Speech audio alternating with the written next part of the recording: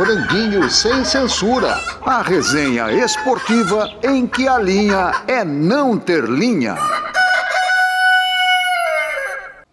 Fala pessoal, tudo bem por aí? Estamos aqui com mais uma edição do Franguinho Sem Censura, essa reunião de jornalistas veteranos, veteranas e outros nem tanto. Estamos na ativa, continuamos na labuta. E antes de eu apresentar quem está conosco no programa de hoje, deixa eu fazer um lembrete para você. Acione esse sininho que aparece aí na sua tela, você vai receber notificações sobre o que nós estamos fazendo, os vídeos, tal, shorts, etc. Dê o seu like e nos ajude, se inscreva, porque não paga nada, inclusive. Você nos ajuda com a divulgação do Franguinho Sem Censura. Hoje no programa nós temos Marcinha Pereira, diretamente de Buenos Aires, Luiz Carlos Quartarolo e Ailton Amalfi. Vamos começar? As manchetes do dia. Neymar comunica o PSG que quer deixar o clube até o final do mês. Segundo o jornal L'Équipe, o jogador quer voltar ao Barcelona ainda nesta janela. Mas será que o Barcelona quer o brasileiro? Tiquinho, artilheiro do Campeonato Brasileiro, vai desfalcar o Botafogo por 5 semanas por causa de uma lesão no joelho. Beckham demite goleiro Sincerão, que questionou a contratação de Messi pelo Inter de Miami. Nick Marsman apontou preocupação com estrutura e segurança para a chegada do argentino. Flamengo vai lucrar mais de 20 milhões de reais com venda de Vinícius Souza. O volante foi negociado com Sheffield United e vai defender o time inglês por 4 temporadas. Vamos começar? Será que a história um dia vai registrar assim? Houve um jogador chamado Neymar, talento excepcional, mas que chegou um momento ninguém mais queria. Será que chegou esse momento? Neymar quer sair do PSG, mas não tem proposta. Que coisa, hein? Ninguém quer o Neymar. Vamos debater isso aqui agora no Franguinho. Pois é, né, gente? Ninguém quer o Neymar, né? É isso. Eu entendo porque ninguém quer o Neymar, né? Eu só fico triste, como eu já falei aqui milhões de vezes. Fico triste porque ele tinha tudo para todo mundo querê-lo, né? Mas ele é um garoto mimado que não... Gente, ele, assim, do ponto de vista comportamental, ele não consegue evoluir. Ele é um moleque, né? Nem um garoto, ele é um moleque, que acho que a palavra moleque denota uma coisa mais irascível, irracional, né? Garoto, a gente passa um pouco a mão na cabeça quando fala garoto.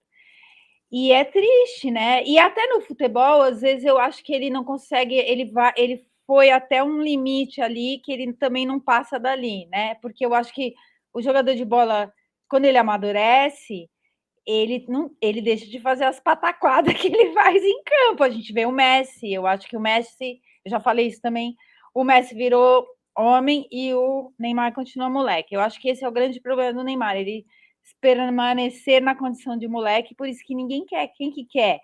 Um jogador adulto, né, cronologicamente falando, mas que é um moleque, que não sabe se portar, né, que não sabe portar dentro de campo, no vestiário, fora de campo, isso tudo, né?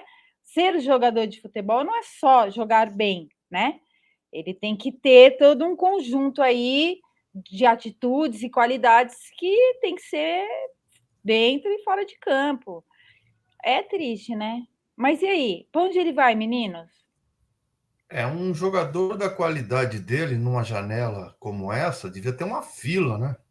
Bayern, Exato. Chelsea, Liverpool, Real Madrid, Barcelona, City, devia ter uma fila, mas parece que ninguém está interessado no Neymar, e a gente até falou aqui que se ele tivesse a determinação que tem o Cristiano Ronaldo, que é muito inferior tecnicamente a ele, em termos de talento e de repertório, ele seria tão bom ou melhor do que o Messi, porque eu acho que ele tem mais repertório do que o Messi.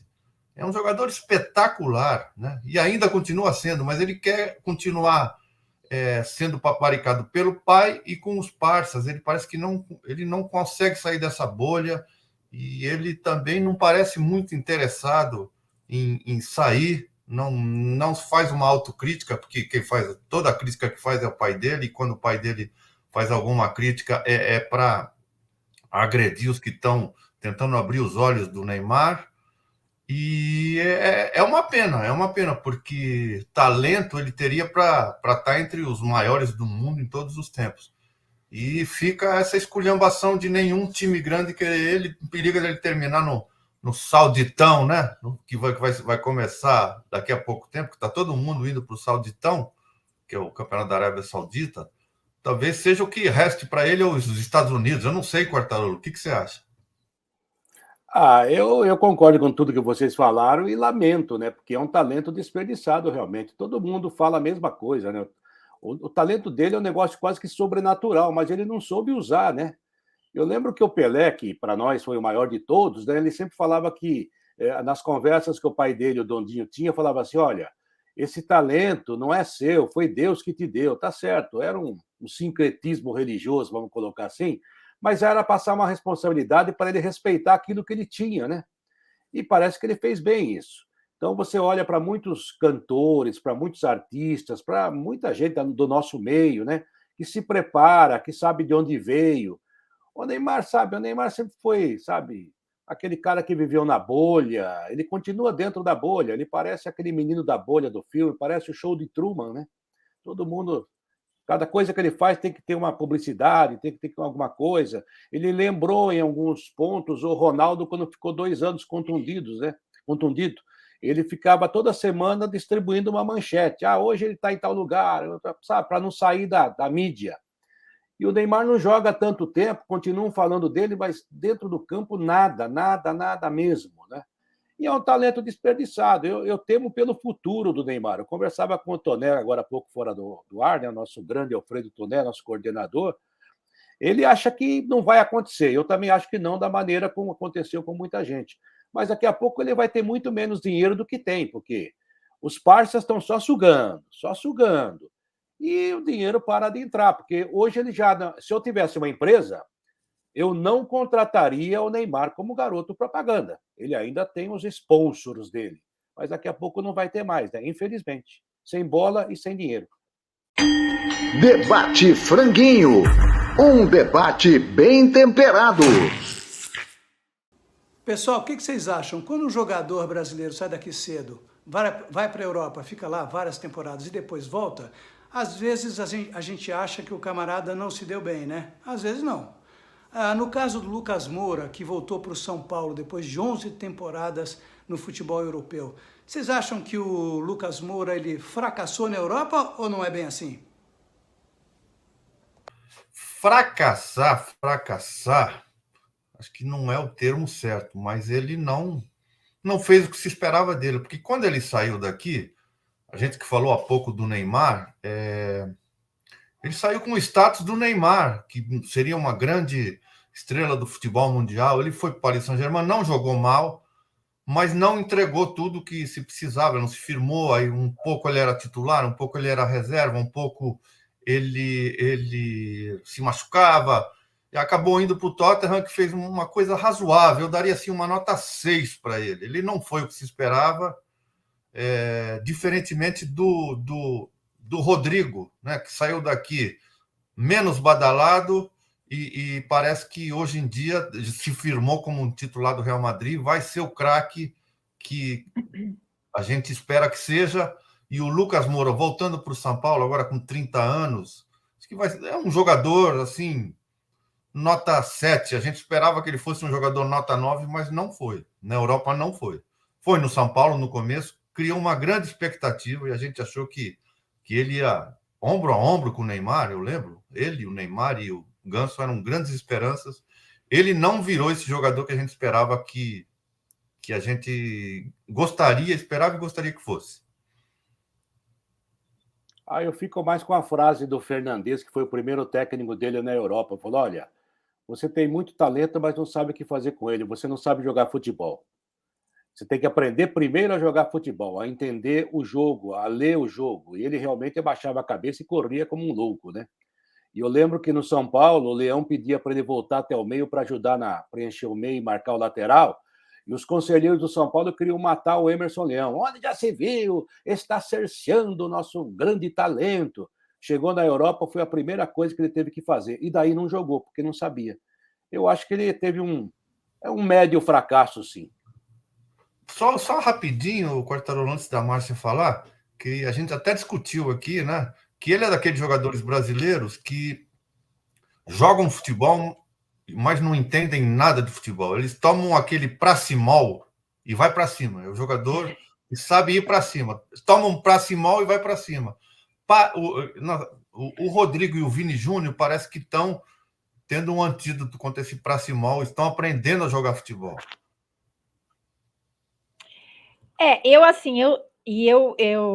Muita gente acha o que eu digo, o que eu faço, uma heresia, mas eu já fui torcedora de São Paulo por causa do meu pai, e hoje eu torço para o Alvinegro lá do Tatuapé. E eu acho que isso não tem, e a gente até pode discutir isso num próximo franguinho. Mas eu nunca achei o Lucas um jogador excepcional. Eu sempre achei ele bem mediano, porque é isso que vocês estão falando que eu vou construir meu pensamento. Jogador de futebol para bom não é só aquele que joga bem, é aquele que sabe jogar bem, é aquele que entende, né, o meandro da coisa, os preceitos, as regras. É muito importante jogador de futebol saber regra, e a maioria não sabe, né, que a gente sabe. Então, eu nunca achei ele uau, que jogador incrível, sempre eu achei ele bem mediano, e eu acho que a trajetória dele na Europa é condizente com essa coisa que ele é mediano, né? E é isso que ele não tem inteligência futebolística, então ele não ia longe, né, galera? Ainda bem que ele voltou para um time grande, ó, que bom. Cantinho da Série B com Luiz Ademar. Sport é o novo líder da Série B. Amigos do Franguinho, aqui é o Luiz Ademar, para a gente falar sobre a Série B. E hoje, após o término da 22ª rodada, ou seja, da terceira rodada do retorno, é turno e retorno, 19 no turno, 19 no retorno, ida e volta. Após 38 rodadas, os 4 primeiros colocados garantem um acesso à Série A do Brasileiro. E vamos nos ater nesse vídeo aos 4 primeiros, porque a gente tem os 4 primeiros e 4 a uma rodada de poder entrar. Tanto que você pode perceber que vem mudando o líder. Foi o Novo Horizontino há 2, 3 rodadas atrás, foi o Vitória, agora é o Sport, o Vila Nova já foi líder, então a gente tem uma rotatividade nessa liderança. E também no G4, por exemplo, o Vila Nova, que tinha saído, voltou e tirou o Criciúma. Então vamos nos concentrar nesse G4. O novo líder é o Sport, do Enderson Moreira, um time que tem muito investimento. Tem o Wagner Love, por exemplo, vice-artilheiro do campeonato agora com 10 gols. Contratou o Diego Souza, então é um time que vem investindo para voltar para a primeira divisão do Brasileiro. Foi o campeão pernambucano e o vice-campeão da Copa do Nordeste. 44 pontos, ganhou do forte Novo Horizontino e vem subindo. Aí, segundo colocado agora é o Vitória. E ele é segundo colocado porque ele perdeu do Londrina fora de casa. O Londrina que está na zona do rebaixamento. Vitória também investiu bastante. É o Léo Condé, o treinador. Tem grandes jogadores como o Léo Gamalho, que disputou o ano passado o Brasileirão pelo Coritiba. Enfim, 41 pontos contra 44. Ele e o Sport estão na mesma rodada. Uma rodada muda a situação dos dois. Aí o Novo Horizontino, que perdeu do Sport, é o terceiro colocado. Está consolidado faz tempo no G4. E olha que ele jogou a Série A2, a segunda divisão do Campeonato Paulista. Então o Novo Horizontino do Eduardo Batista, aquele mesmo que já foi do Sport, do Palmeiras, está ali. Está investindo como o Ronaldo, o artilheiro do Paulistão na Inter de Limeira há 2 temporadas. E aí fechando o G4, o Vila Nova, que mandou o Claudinei Oliveira embora justamente quando ele perdeu o G4. E aí, agora, já com o Marquinhos Santos, ele venceu o Juventude fora de casa e com 38 é o 4º colocado. Sport, Vitória, Novo Horizontino e Vila. Porém, Criciúma com 38 do Cláudio Tencati. Guarani com 34 do Humberto Louser.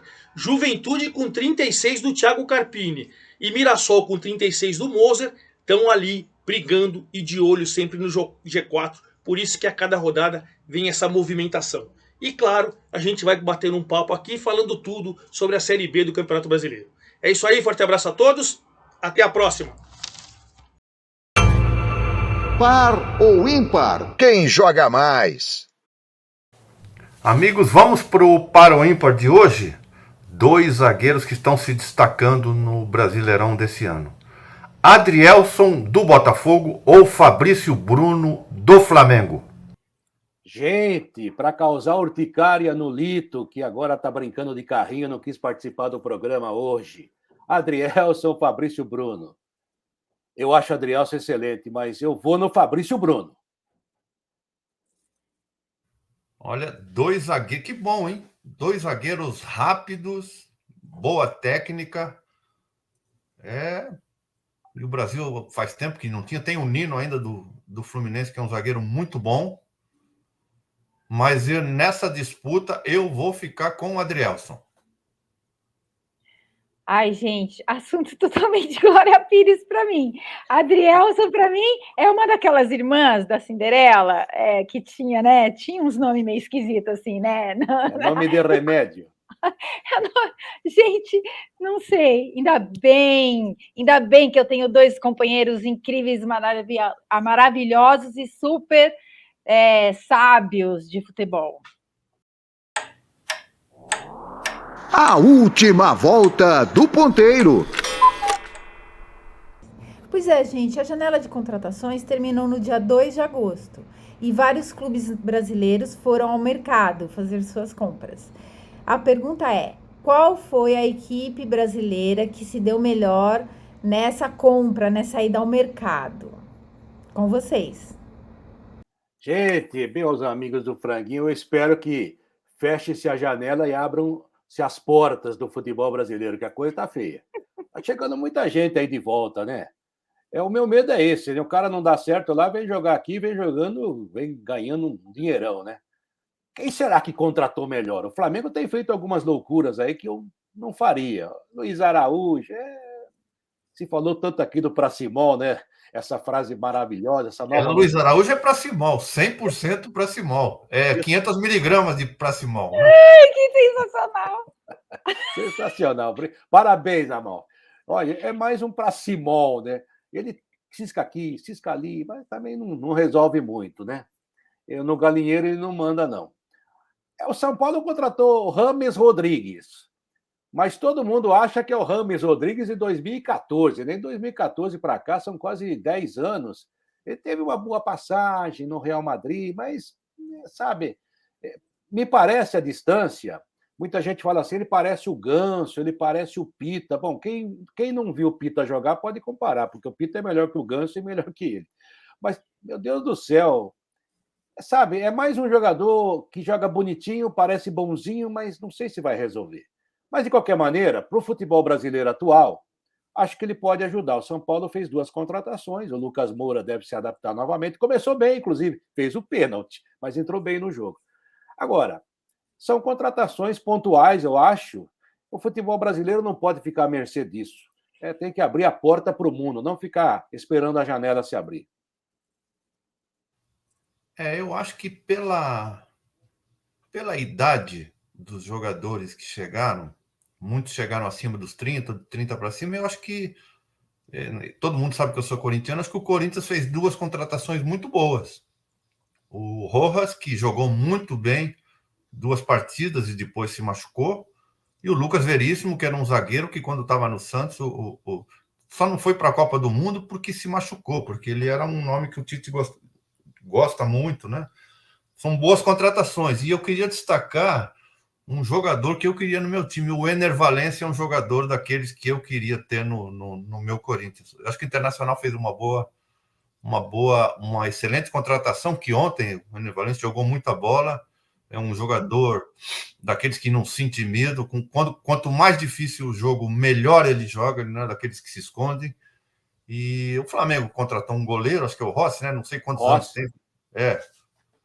E o Grêmio contratou o Rocher, né? Aliás, o Internacional contratou o Rocher. Muito bom, né? Muito bom.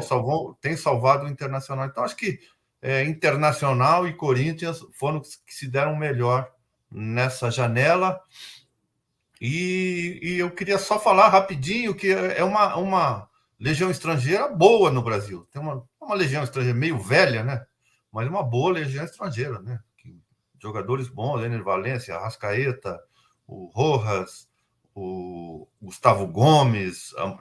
Agora já não estou falando mais de janela, mas uma legião estrangeira de bons jogadores. O Brasil tem O Rames, a gente não sabe como é que vai ser. O Luis Soares, que é um cracaço, né? Que a gente vê que esse não é do pra cima, esse sabe jogar futebol, né? Esse entende o jogo, né? E, então, eu acho isso. Acho que quem fez as melhores contratações, Corinthians, eu acho que o Corinthians e o Internacional. Eu não, como eu disse, eu não tenho a sapiência de vocês para o futebol.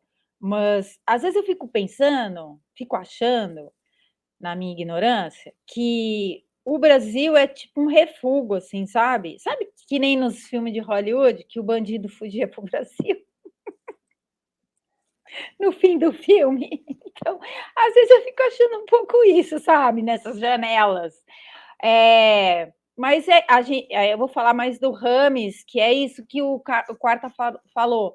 O cara não joga faz um tempão.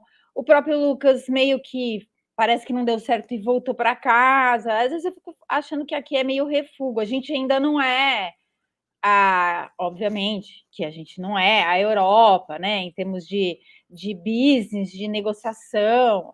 Mas, sei lá, vamos esperar para ver. Luis Soares, eu adoro ele. Eu adoro o Soares não só pelo futebol, mas pelo jeito dele, o Pela jeitão mordida. dele. Eu amo a mordida. Eu amo a mordida, porque, assim, claro, obviamente que eu não acho uma atitude esportiva, né? Morder o adversário. Mas eu acho que quando você está numa Copa do Mundo, você não está numa competição esportiva, você está numa guerra. E ele entendeu isso, né? Ai, tadinho, ele ficou mega estigmatizado por essa atitude infeliz, claro que é infeliz, mas eu entendo às vezes o desespero dele. Eu acho que quem joga futebol, quem já jogou, entende. Mas enfim, estamos falando das janelas. Eu não sei, acho que foi o Quartarolo que falou que espera que as janelas, que com as janelas abertas, as portas também se abrem, as portas da esperança, não sei. Vamos esperar para ver, porque as contratações aconteceram e agora a gente tem que ver o que eles vão fazer por aqui, né? Você sabe, viu, Márcia, que o Luis Soares estava suspenso por aquela mordida no Chiellini, e a suspensão acabou justamente num jogo contra o Brasil, no Nordeste, acho que foi no Recife, numa sexta-feira santa. Aí o pessoal falava assim, não, ele foi liberado na sexta-feira santa porque não pode comer carne. Sensacional! Nossa, eu fiquei tão triste com aquilo, porque ele foi mandado embora, né? Ele saiu da Copa. Mas tinha que sair, né? Gente. Sair não, vai. Não precisava. Uma mordidinha a mais, uma a menos. Né? Gente, uma mordidinha, o cara nem sentiu, era um brutamontes.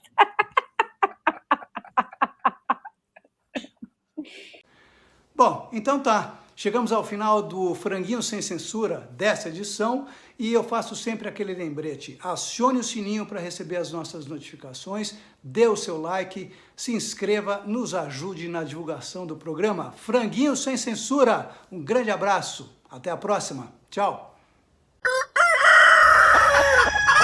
Franguinho Sem Censura, a resenha esportiva em que a linha é não ter linha.